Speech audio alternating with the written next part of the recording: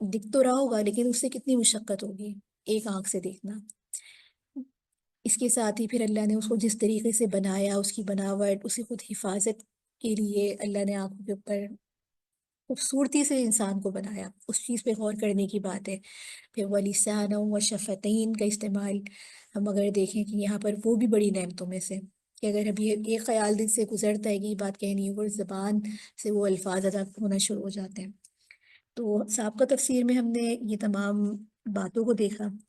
اب آگے یہاں پر جو آیات ہیں، فَلَقْتَحَمَ الْعَقَبَةَ وَمَا أَدْرَاكَ مَا الْعَقَبَةُ فَكُّ رَقَبَةٍ۔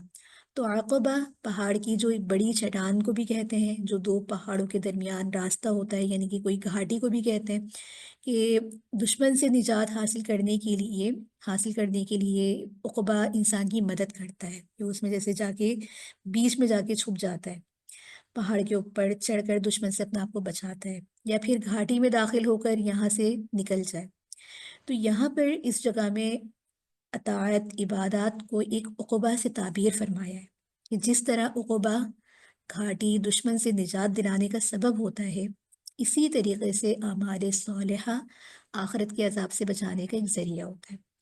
اب پھر یہاں پر جو اعمال صالحہ کی بات کی جا رہی ہے، اللہ رب العزت نے خود پہلے تو یہ بات فرمائی کہ اعمال صالح میں کیا بات ہے، پہاڑی گھاٹی کے معنی ہیں۔ تو یہاں یہ دیکھیں کہ اس سے مراد احکام دین پر جو عمل درآمد ہوتا ہے، تو یہاں پر احکام دین کی جو تشبیہ ہے، اس سے گھاٹی کو جو ہے مراد لیا گیا ہے، کیونکہ دیکھا جائے تو انسان کے نفس پر یہ بڑا شاق ہوتا ہے اللہ تعالیٰ کے احکامات کے مطابق اپنے آپ کو جو ہے اس کے مطابق ڈھال لینا۔ کتنی چیزیں ایسی ہیں جو ہم کرنا بھی چاہتے ہیں لیکن ہمیں ان چیزوں کو کرنے میں دقت ہوتی ہے، تو وہی چیز اصل انسان کا اجتہاد ہوتا ہے۔ اب یہاں سے اس گھاٹی سے جو انسان کا ایک گزر ہے، تو خود قرآن کریم اپنے ہی لائے ہوئے الفاظ عقبہ کی تفسیر بیان کر رہا ہے کہ دین کی گھاٹی سے گزرنے سے مراد اسی قسم کے کام ہیں، جیسے کہ غلاموں کو آزاد کرنا، قحط رو گردانی کے زمانے میں بھوکوں کو کھانا کھلانا، یتیموں کی خدمت کرنا، مسکینوں محتاجوں کی خبر لیتے رہنا۔ تو ان تمام باتوں کا دیکھیں تو سب کا خلاصہ حقوق العباد کی ادائیگی اور خلق خدا کی خدمت اور تکریم ہوا۔ تو حسن عمل کی یہ چار عنوانات عرب میں بھی بڑے جو ہے مناسبت سے ان کی بیان فرمائے گئے ہیں، لیکن اس سے مراد یہ نہیں ہے کہ نیکی اور اطاعت کا حصار صرف ان چار پر ہی ہے، بلکہ آپ اگر یہ دیکھیں کہ مکی صورتوں میں اس قسم کے جو اخلاقی احکامات ہوتے ہیں ان کی تفصیلات بھری پڑی ہوئی ہے۔ ٹھیک ہے، اس کے ساتھ ہی یہاں جو لفظ استعمال ہوا ہے فک و رقبہ، لفظی معنی ہوتے ہیں گردن چھڑانے کے، کہ غلاموں کنیزوں کو فدیہ دے کر آزاد کرانا، قیدیوں کی طرف سے جرمانہ ادا کر کے انہیں رہا کرانا، یہ سب اس کے تحت آتے ہیں۔ چونکہ اب وہ دور تو ہے نہیں کہ غلاموں کی آزادی یا کنیزوں کی آزادی سے متعلق، لیکن قیدیوں سے متعلق اب بھی یہ قرآن کریم کا حکم لاگو ہوتا ہے۔ جو بہت سے بے گناہ قیدی اس وقت ہمارے پاکستان میں متعدد جیلوں کے اندر ہیں، ان کی مدد اور تعاون کرنا اس سلسلے میں، یہ آیت بھی اس کے تحت ہی آتا ہے۔ اس کے ساتھ ہی آگے یہ فرمایا کہ یتیمن ذا مقربہ، کہ کوئی یتیم اپنا عزیز بھی ہو تو اس کے ساتھ شفقت اور حسن سلوک کا حکم دیا جائے۔ دیکھیں یہاں پر یتیم سے متعلق ہم نے سابقہ صورت میں بھی پڑھا، اور یہاں بھی اس میں اس بات کی تاکید کی گئی ہے، تو یہاں پہ دوہرا ثواب مل رہا ہے۔ ایک تو یتیم کی سرپرستی ویسی ثواب ہے، اور دوسرا ثواب انسان کو کیا حاصل ہو رہا ہے کہ رشتہ داری، یعنی کہ رشتہ داری حسن سلوک کا جو ایک ذریعہ یہاں پر بتایا گیا ہے کہ رشتہ داروں کے ساتھ اچھا سلوک کرنا، تو یہاں پر ایک دوہرا اجر کا ثواب انسان اس میں شامل ہو رہا ہے۔ اس کے ساتھ ہی ذا متروبہ، یہ خاک آلودہ کا اضافہ مسکین کی طرف ہے۔ یہاں یہ مراد نہیں ہے کہ جب تک کوئی محتاج مسکین خاک آلود نہ ہو جائے اس کی مدد نہ کی جائے، بلکہ ایک اضافے کے طور پہ یہ بات بتائی جا رہی ہے۔ اچھا، یہاں پر مسغبہ، متروبہ اور مقربہ، یہ تمام کے معنی تقریباً ایک ہی مصدر سے بات یہ ہمیں معلوم ہوتی ہے۔ تو مقصد یہاں پر ان اعمال کی طرف خصوصی طور پہ توجہ دلوانا ہے، اور خصوصیت کے ساتھ یہاں پر جو صلہ رحمی کی تاکید کی گئی ہے، رشتہ داروں کی تاکید کی گئی ہے، تو یہاں پر ان پہ خرچ کرنا، ان کی معاونت کرنا دوہرا ثواب کا اجر بتایا جا رہا ہے۔ ان تمام چیزوں کے ذکر کے بعد آگے جس کو پوری آیات میں سمیٹ دیا گیا، خلاصہ کیا ہے کہ ایمان کا تقاضا یہ ہے کہ انسان صرف اپنی نیکی پر اکتفا نہ کرے، بلکہ دوسروں کو بھی نیکی کی ہدایت کرتا رہے۔ صرف یہ نہیں ہے کہ میں ہی دین سیکھوں، میں ہی اس پر عمل کروں، میرا ہی آخرت اچھا ہو، بلکہ قرآن کریم میں متعدد جگہ پر امر بالمعروف اور نہی عن المنکر کا حکم ہی دیا گیا ہے، اسی بات پر کہ انسان خود بھی نیک اعمال کرے اور دوسرے کی توجہ بھی اس پہ دلوائے۔ تو جیسے یہاں پر یہ بات فرمائی کہ ثم کان من الذین آمنوا وتواصوا بالصبر وتواصوا بالمرحمہ۔ تو اس آیت میں ایمان کے بعد جو مومن کا یہ فرض بتایا گیا ہے کہ دوسرے مسلمان بھائیوں کو بھی صبر اور رحمت کی تلقین کرے۔ صبر سے مراد یہی نفس کو برائیوں سے روکنا اور بھلائیوں پر عمل کرنا، اور مرمحت یعنی کہ رحمت سے مراد یہاں پر بالمرحمہ سے مراد یہ ہے کہ دوسروں کے حال پر رحم کھانا، ان کی تکلیف کو اپنی تکلیف سمجھ کر ان کی ایذا کو اور ان پر ظلم سے، ان کو اپنے ظلم سے بچانا۔ تو اس میں تقریباً دیکھا جائے ان آیات میں دین کے تمام احکامات کا احاطہ ہو جاتا ہے۔ تو اس خوبصورتی کے ساتھ جو ہے ان آیات کا احاطہ کیا گیا۔ اس کے ساتھ ہی آگے اصحاب المیمنہ کا ترجمہ ایک یہ بھی ہو سکتا ہے کہ وہ دائیں ہاتھ والے ہیں، اس سے مراد وہ نیک لوگ ہیں جن کا اعمال نامہ دائیں ہاتھ میں دیا جائے گا۔ اس کے ساتھ ہی یہ اصحاب المشأمہ کا ترجمہ یہ بھی ایک ہو سکتا ہے کہ وہ بائیں ہاتھ والے ہیں، اور اس سے مراد وہ بدکار ہیں کہ جن کا نام اعمال ان کے بائیں ہاتھ میں دیا جائے گا۔ یعنی کہ اس روز ایک یہ کیفیت بھی یہاں پر بتائی جا رہی ہے کہ یعنی کہ اس کے دروازے بند ہو جائیں گے، دوستیوں کے باہر نکلنے کا کوئی ذریعہ نہ ہوگا۔ علیہم نار مؤصدہ، کہ دروازے بند کر دیے جائیں گے، جو دوزخ میں ہوں گے ان کے باہر نکلنے کا کوئی بھی راستہ نہیں ہوگا، کوئی بھی اس عذاب کو ان سے بچا نہیں سکے گا۔ تو یہاں تک اس کی ایک مختصر سی جامع تفسیر ہو گئی ہے۔ یہاں یہ صورت بھی مکمل ہوتی ہے، اس کے مضامین بھی امید ہے کہ آپ کو اچھے انداز میں سمجھ میں آئے ہوں گے۔ یہاں تک اگر آپ کا تفسیر سے متعلق کوئی سوال ہے تو آپ اس کو کریں۔ یہاں سے اب ہمارا جو ہے حفظ کا وقت شروع ہو گیا ہے، تقریباً 45 منٹ کا ٹائم ہے، اراؤنڈ 10 منٹ سے 15 منٹ آپ کو تلاوت سنوائی جائے گی ان آیات کی، اور اس کے بعد پھر انشاءاللہ آپ لوگ اس کو حفظ کریں گے۔ یہاں تک کوئی سوال ہے تو ہم آگے چلتے ہیں پھر۔ بارک اللہ فیک۔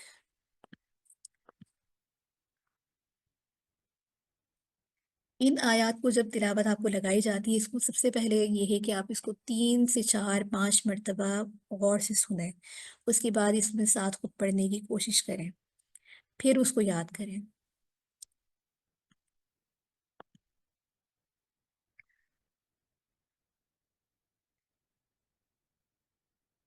جی اب میں آپ کے لیے یہاں پر اس کی تلاوت لگا دیتی ہوں، آیت نمبر 11 سے لے کر آیت نمبر آخر تک انشاءاللہ۔ فلاقتحم العقبة وما أدراك ما العقبة فك رقبة أو إطعام في يوم ذي مسغبة يتيما ذا مقربة أو مسكينا ذا متربة ثم كان من الذين آمنوا وتواصوا بالصبر وتواصوا بالمرحمة أولئك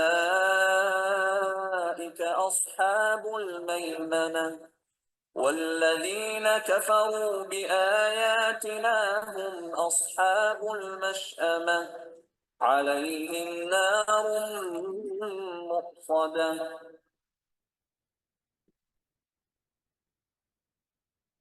فلاقتحم العقبة وما أدراك ما العقبة فك رقبة أو إطعام في يوم ذي مسغبة يتيما ذا مقربة أو مسكينا ذا متربة ثم كان من الذين آمنوا وتواصوا بالصبر وتواصوا بالمرحمة أولئك